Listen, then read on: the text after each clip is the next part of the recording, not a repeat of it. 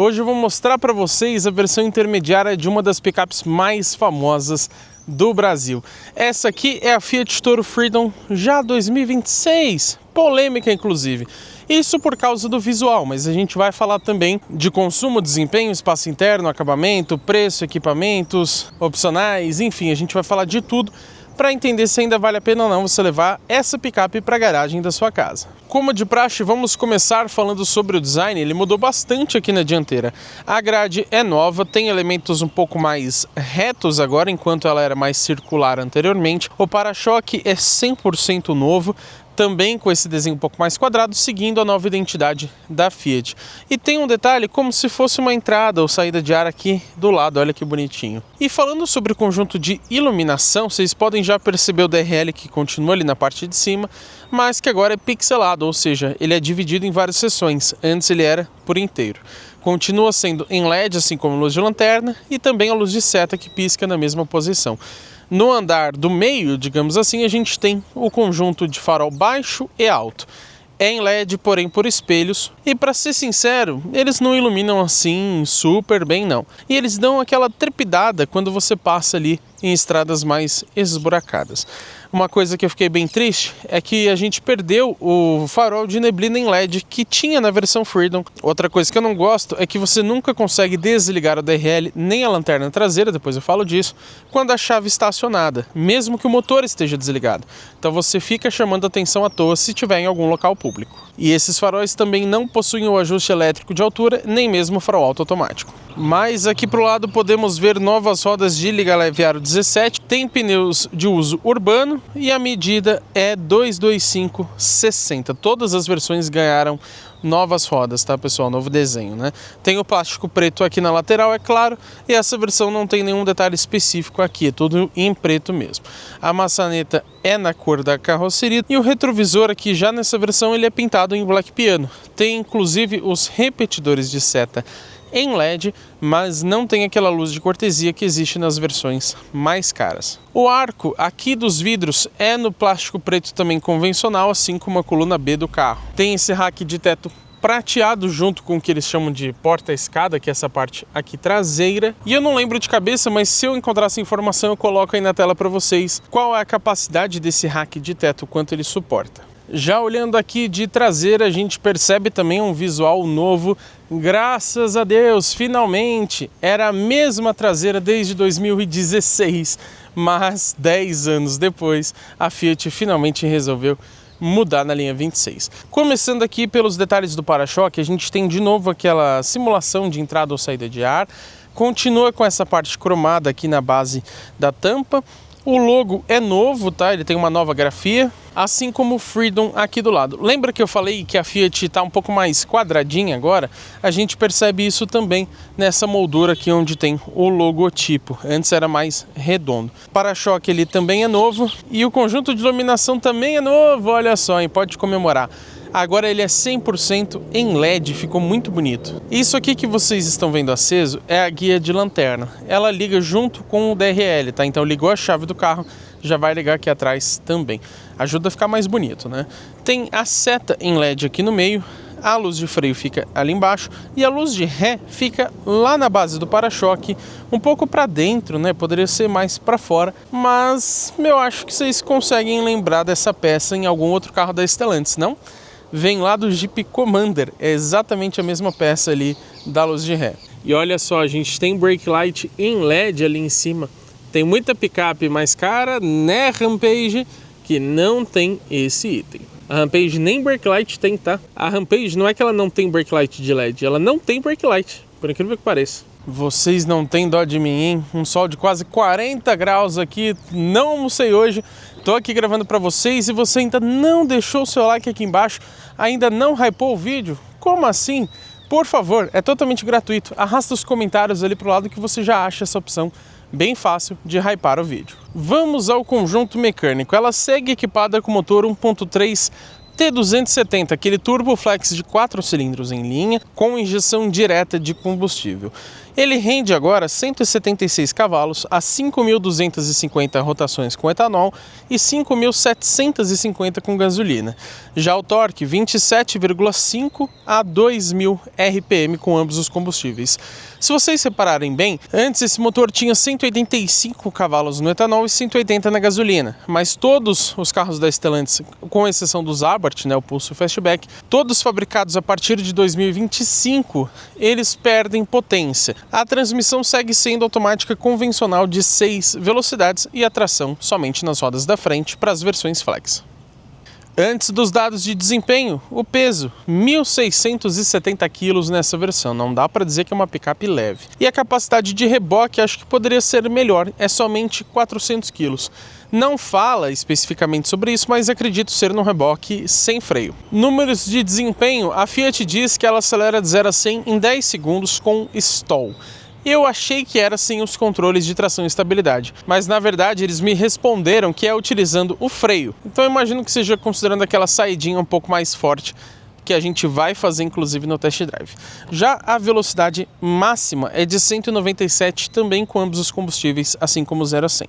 Falando em combustível, será que bebe muito combustível? Segundo os números do Inmetro, na cidade ela faz 6,5 com etanol e 9,4 km por litro com gasolina. Já na estrada, 7,8 com etanol e 10,8 com gasolina.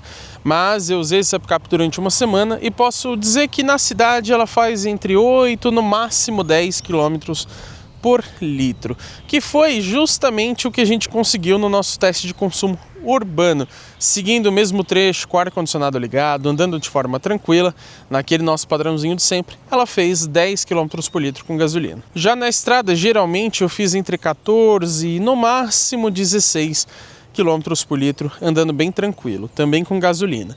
A gente fez o nosso teste de viagem, é óbvio, e no nosso trecho padrão ela fez 15,1. É um bom consumo para um carro desse porte. Aproveito para dizer que o tanque tem capacidade de 55 litros. Não é péssima, mas poderia ser melhor. E temos novidades técnicas na linha 2026. A suspensão continua sendo independente McPherson na dianteira e Multilink também independente na traseira. Mas a questão é que aqui atrás agora você tem os freios a disco ventilados, assim como já tinha na dianteira. Também gosto de falar sobre plataforma e produção. Ela continua usando a base Small Wide que a gente conhece desde o lançamento em 2016.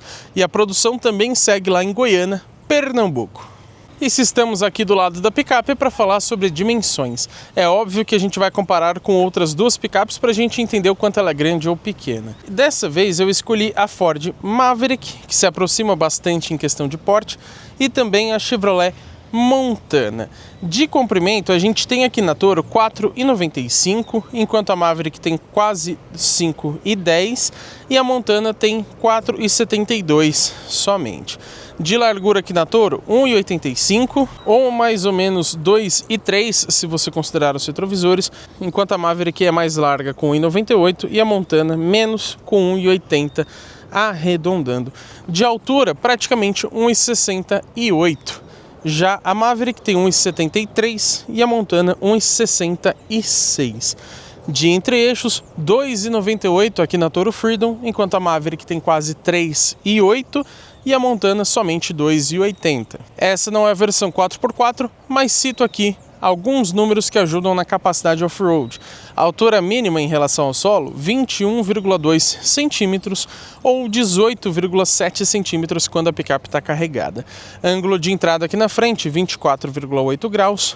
Ângulo central, também conhecido como ângulo de rampa, 21,1. E o ângulo de saída lá atrás, 27,8 graus. A capacidade de imersão é de no máximo 48 centímetros. Esse aqui é o interior da Fiat Toro Freedom 2026. Vamos ver como que é o acabamento? Eita, ó. É duro, hein? Se bater forte, machuca a mão, ó.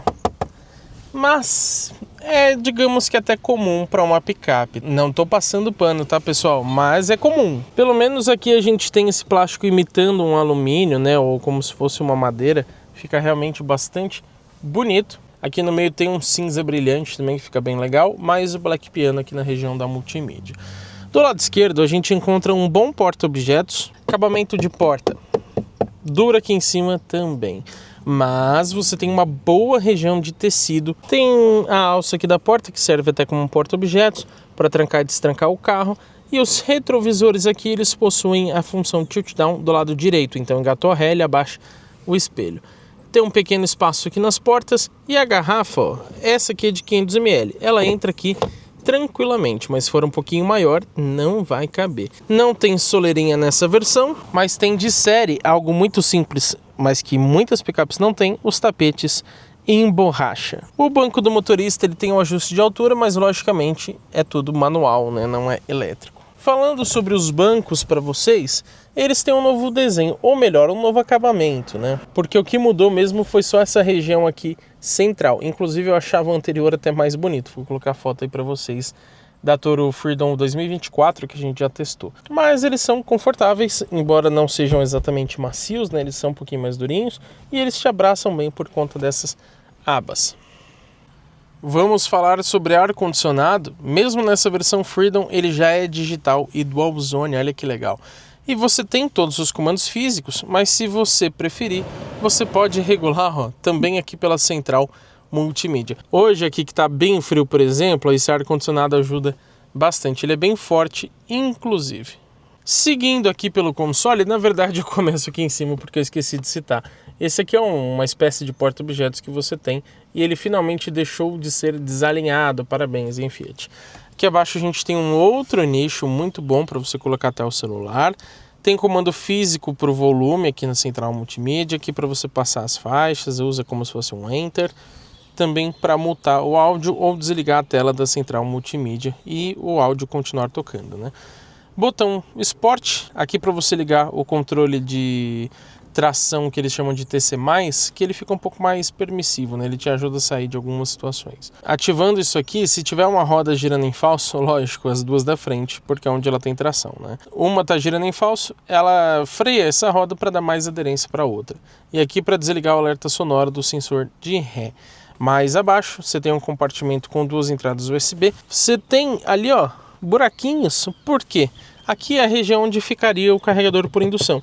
E mesmo que não tenha esse item, a Fiat manteve a refrigeração.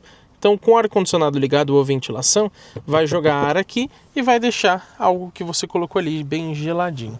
A manopla de transmissão é nova, finalmente mudou. Ela é um pouco menor, mais refinada agora, mas continua com o Black Piano aqui embaixo. Já aproveito para dizer que esse carro não tem modos de condução, só o Sport. Faltou um modo Eco, um modo individual ou algo nesse sentido. Também não tem o sistema Start-Stop para desligar o motor nas paradas rápidas. Aqui para trás, ó, uma grande novidade da linha 2026, o tão esperado freio de estacionamento eletrônico com a função Auto Hold.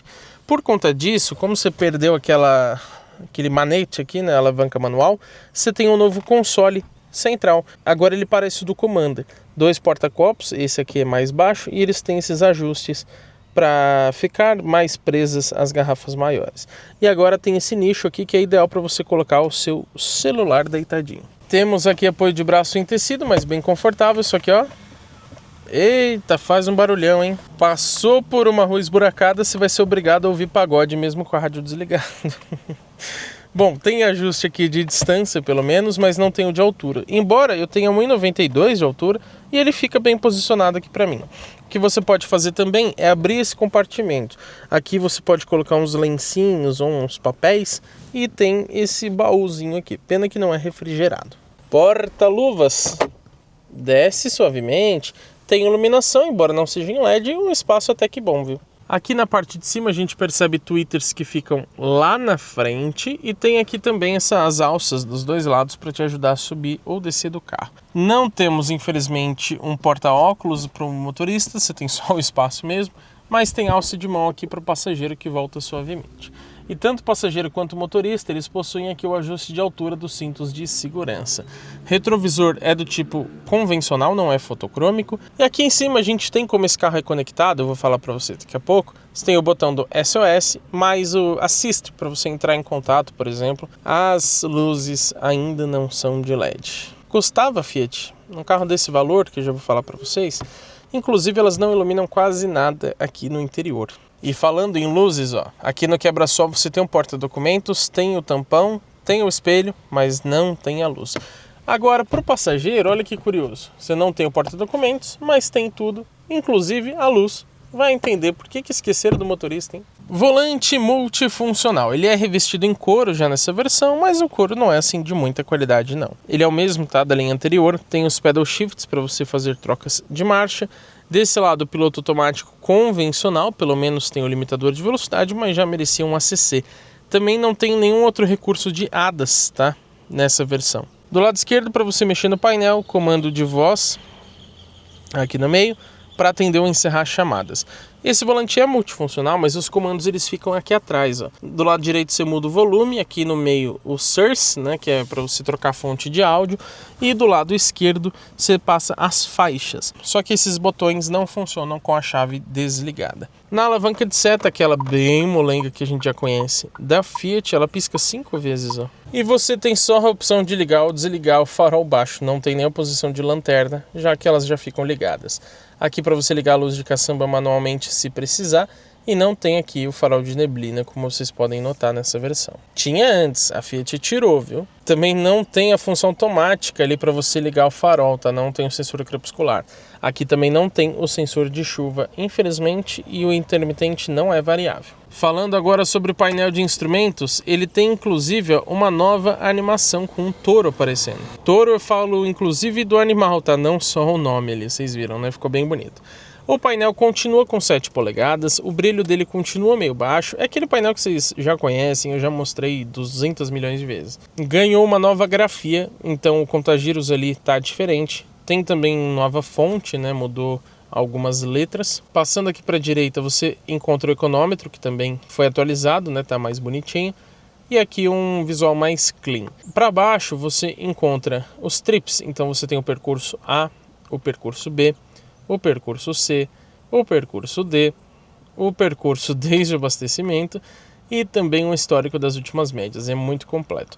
A única coisa que me incomoda, o tempo do trajeto e a velocidade média ficam mudando, mesmo com o motor desligado, se a chave estiver virada. Então aqui eu só virei a chave para ver o painel, ele já está contando o tempo. Não faz sentido algum, mas algumas montadoras insistem em fazer isso. Outro toque para baixo, você tem uma tela de performance, mesmo que o carro não seja esportivo. Olha que bacana. Tem também a pressão dos pneus para você resetar, quantos quilômetros e quanto tempo falta para revisão e também o odômetro total ali do carro. Mais um toque para baixo, você encontra algumas configurações. Não vou mostrar tudo, mas você pode deixar o freio de estacionamento automático, né? Botar um alerta de velocidade, desligar o airbag do passageiro. E mais um toque para baixo você encontra as configurações da tela. A iluminação, ó, já está no máximo e mesmo assim ainda é baixa. E aquelas luzes laterais ali, ó, vocês conseguem desativar se vocês preferirem. Aqui você muda o som dos alertas para restaurar as configurações de fábrica. E quando você vem em principal, você seleciona onde vai ficar cada informação. Se você deixar um tempo aqui sem fazer nada, ele vai até explicar para você o que significa essa função. Aqui a gente vai colocar, por exemplo, ali no canto superior direito, o consumo A, o consumo B, o consumo C, o consumo D, a hora, a data, o odômetro. Não sei se está focando, pessoal, é difícil focar toda hora, viu? Mas tem a temperatura externa e pode deixar sem nada também. Ainda encontra a autonomia e volta para o consumo médio A. Isso você muda também ali no canto direito, muda ali embaixo, você pode mudar ali no odômetro também e ainda desligar os títulos ali e deixar só os números se você quiser. Lembrando que eu acho que deveria ter uma tela dedicada ao áudio, mas pelo menos você tem... Sai daqui, bicho, sai! Mas pelo menos você tem uma notificação, então quando você troca a música aparece ali embaixo o nome dela. Some depois, mas aparece. E já vou destacar, quando a gente liga o modo esporte, olha o que acontece, hein? Ó, fica mais bonito realmente o painel de instrumentos. E ele funciona até na tela do econômetro. Ele fica diferente, ó, vou desligar, ó. Perceberam? O legal também é que ele mostra a marcha que está engatada mesmo fora do modo esporte. Então ele vai dizer se é a primeira, segunda, terceira, quarta, quinta ou sexta marcha. Voltei aqui para o lado de fora da Toro Freedom para a gente falar sobre chave que não é presencial. Chave bem grande, inclusive, hein? Você tem aqui trancamento e abertura das portas, destrancamento da caçamba e também sinalização para acionar luzes e buzina. Mas ainda é canivete. Pelo menos algo que eu gosto muito é isso aqui, ó. Dando um simples toque, já fecha automaticamente todos os vidros até o final, não precisa nem ficar segurando. Só que não tem rebatimento elétrico. E se você segurar o botão de abertura quando o carro está trancado, ó, ele também abre os vidros até o final. Chegou a hora de falar de equipamentos, mas a lista completa eu vou deixar aqui na descrição desse vídeo. Vou falar, claro, sobre a central multimídia. E quando a gente liga a chave do carro pela primeira vez, ó, tá bom, não fez, mas ele geralmente faz um pam, pam, param. Essa aqui é a central Uconnect, que a gente já conhece de vários modelos, com uma tela de 8,4 polegadas. Para uma versão intermediária é um bom tamanho, viu? Ela tem uma interface até que rápida, embora não seja a mais rápida do mundo, mas ela não costuma travar nem nada disso. A definição é razoável, não é assim surpreendente. E você tem aqui conexão sem fio para Android Auto e Apple CarPlay. Tem também a possibilidade de perfis. Então a gente criou o nosso aqui, por exemplo, o GT Autos. E aí você seleciona as configurações da sua preferência. Quando você for trocar o motorista, você só troca o perfil. Falando sobre sistema de som, eu acho ele mediano, razoavelmente bom. E aproveito para mostrar também a câmera de ré.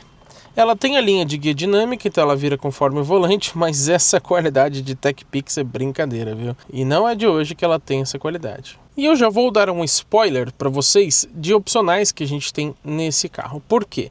Esse GPS nativo que vocês estão vendo é um pacote opcional.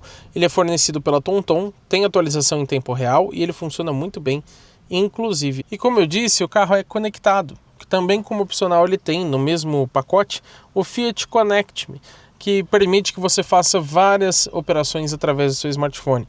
Você vê como está o nível de combustível, vê o odômetro, seleciona um alerta para quando o carro sair de tal perímetro, quando passar de tal velocidade, se alguém tentar roubar o carro você é avisado, enfim, você tem várias funções. Essa central ela também tem 4 entradas USB, 2 aqui na frente e 2 lá atrás, e 2 delas são do tipo C, uma na frente e uma atrás.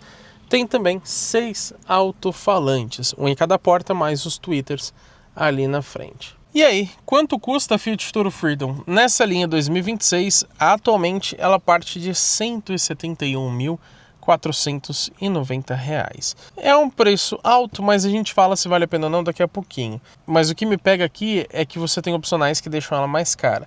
Então o pacote que traz o GPS nativo mais o Fiat Connect Me custa R$ 2.990 e pode ficar mais cara dependendo da pintura que você escolher.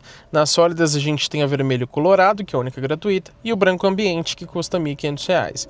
Nas metálicas, a granite cristal, que é um cinza, esse prata billet que vocês estão vendo, e também o preto carbon, que custam R$ 2.490 cada uma. Cara essa pintura, hein? O total, então, com o GPS nativo e o Fiat Connect Me, mais o Prata Billet, vai para R$ 176.970. Arredondando, 177 mil. Garantia e revisões? Elas acontecem a cada 10 mil quilômetros ou 12 meses e a Fiat dá 3 anos de garantia sem limite de quilometragem aqui para Toro. Aqui nos bancos traseiros, me desculpem pela claridade, mas está mudando o sol toda hora aqui. A gente tem essa visão mais ampla do interior e o revestimento aqui, ó, é igual lá da frente, também mudou. Só que, ó, continua sem apoio de braço. Tem porta-revistas aqui atrás dos dois bancos e vamos falar sobre acabamento de porta. Aqui sim dá para você fazer um pagode, hein? Ó, tudo plástico duro. Faltou pelo menos esse pedacinho de tecido. Perde também aquela moldurinha na região do alto-falante. E o porta-objetos ali é bem pequeno, bem inclinado, inclusive, né? Eu, com a minha excelente memória, estava esquecendo de falar, mas outra coisa que me incomoda é que para você sair aqui dos bancos traseiros, você vai ter que sempre puxar essa aletinha antes, tá? Senão a porta não vai abrir. Permanece sem saídas de ar aqui atrás. Ganhou uma nova tomada USB do tipo C, antes só tinha do tipo A, e já tinha esse compartimento aqui de porta-objetos. Tem ganchinho para você pendurar alguma coisa, tem também alça de mão e iluminação, só não é em LED. Isso tem dos dois lados. Mas e o espaço, como é que fica? Como vocês bem sabem, eu tenho 1,92, quase 1,93 de altura. O banco está regulado confortavelmente para eu dirigir e o espaço que sobra aqui atrás é esse aqui. Para uma picape eu vou dizer que ele é mediano, mas não dá para dizer que ela é espaçosa. Então se vocês quiserem, dá até para considerar o espaço como um ponto negativo. Já o espaço para a cabeça até que é bom. Meu cabelo chega a encostar um dos poucos fios que ainda restam, encosta um pouquinho no teto, mas nem é toda hora, e eu estou sentado de forma bem ereta, eu posso sentar um pouco mais relaxado também. Então o espaço para a cabeça eu achei legal. Vamos falar agora sobre a caçamba. A abertura é tradicional de Fiat Toro, ó, de lado, viu? Não tem aquela tampa que desce. Se eu não me engano, você pode até comprar como acessório um extensor que ele vai descer aqui. Isso tem ponto positivo e negativo. O positivo, você chega muito mais perto aqui da caçamba. Então, para acessar alguma coisa lá do fundo é bem melhor. O negativo, colocou uma carga mais longa, você não tem onde apoiar aqui embaixo. Também não dá para você sentar aqui na tampa da caçamba, né? Tudo tem vantagens e desvantagens. De série, a gente já tem aqui o protetor de caçamba. Tá bem sujo, inclusive, porque mesmo com a capota fechada o tempo todo, vai molhar, vai entrar poeira aqui atrás. Não tem jeito. Isso é o mal de praticamente toda picape. Tem iluminação de LED que acende automaticamente ou manualmente se você quiser lá por dentro. Desse lado aqui eu não vou tirar, mas você tem uns ganchinhos. Então você tira essas borrachinhas, você tem 4 ali, que serve para você amarrar alguma coisa. Tem também uns ganchinhos ali na parte de cima, ó. Vocês estão conseguindo ver? Também ajuda para cargas um pouco mais leves. E ali você tem um ralo, né, onde desce água, para não acumular tanta água aqui atrás. Eu confesso que eu tô com preguiça de tirar a capota marítima, mas eu vou colocar uma foto para vocês com ela aberta. Agora vamos falar de capacidade. Volume, a gente tem aqui 937 litros líquidos, bem que poderia medir picape em VDA também. Capacidade de carga, 750 quilos, ótima inclusive. Agora algumas medidas. De comprimento aqui na caçamba a gente tem 1,33, de largura 1,36 ou 1,9 se você tirar aquelas caixas de roda ali, né, entre o vão delas. E a altura, muito boa, 57,1 centímetros. Para efeito de comparação, pessoal, uma Ford Maverick, ela tem 943 litros, então são 6 litros apenas a mais do que a Toro, só que ela leva somente 618 quilos. Já uma Chevrolet Montana, ela tem 874 litros, já é bem menos, e leva somente 600 quilos. E o step fica lá embaixo, tá, pessoal? Medida 14570, se eu não me engano. Ele é do tipo temporário. Para fechar aqui, muito fácil, né? Ó, super leve. Eu esqueci de reforçar, mas a capota marítima também é de série, tá? Assim como aquele protetor de caçamba que vocês viram. Pessoal, começando aqui nosso test drive, primeira coisa que eu tenho a dizer para vocês é que essa direção é bastante leve. E eu gosto disso aqui na cidade. O legal, a gente mostrou no vídeo de viagem, é que na estrada ela fica consideravelmente mais rígida. Então você não tem ali esse problema dela ficar bamba demais. E sendo uma picape, ok, ela não é tão grande como uma picape média, a Hilux, S10, etc. Mas ela é bem maior do que uma Saveiro, do que uma Estrada, então ela é relativamente grande. E você ter essa maciez aqui de direção, ó, realmente muito leve, é um ponto bastante positivo. Vamos agora testar a dinâmica do carro como a gente sempre faz aqui neste ponto, né? Vamos abusar um pouquinho mais nas curvas então. Ó, vamos lá. A gente vê, pessoal, ó, rola a carroceria? Rola. Bastante? Até que sim. Mas, considerando que é uma picape, você tem aqui um carro feito sobre monobloco, né? Não sobre chassi. Ela é uma boa dinâmica sim. Já vou continuar falando sobre isso para vocês, mas ó, primeiro passamos a 11, 12 km por hora na valeta, tranquilamente, porque ela é bem alta, então você não vai ter problema com isso. Tem mais uma valeta considerável aqui na frente. Ó, vamos lá. Passei a 15 por hora, ó. Realmente, e bem confortável, tá? Passei de forma muito tranquila. Sobre a dinâmica, quando você compara com picapes médias, por exemplo, ela é um ponto positivo aqui na Fiat Toro. Se você comparar com outras picapes, como por exemplo Rampage, Montana e etc, ela está na média do segmento. Vamos falar agora para vocês sobre isolamento acústico. Sinceramente, tá um ponto mediano aqui, porque entra um considerável barulho de vento na estrada, porém aqui na cidade ela até que é boa. E mesmo na estrada não entra tanto quanto os modelos mais baratos da Fiat, exemplo Argo e Cronos. Mas poderia ser melhor sim, pela categoria do carro. Pessoal, vamos aqui ao nosso teste de desempenho. Eu inclusive já coloquei o carro em modo Sport. Vou aumentar aqui a aceleração, ó. Saindo. Saiu bem, viu? Ó, até que é rápida. 80, 90, 100, 110, 120.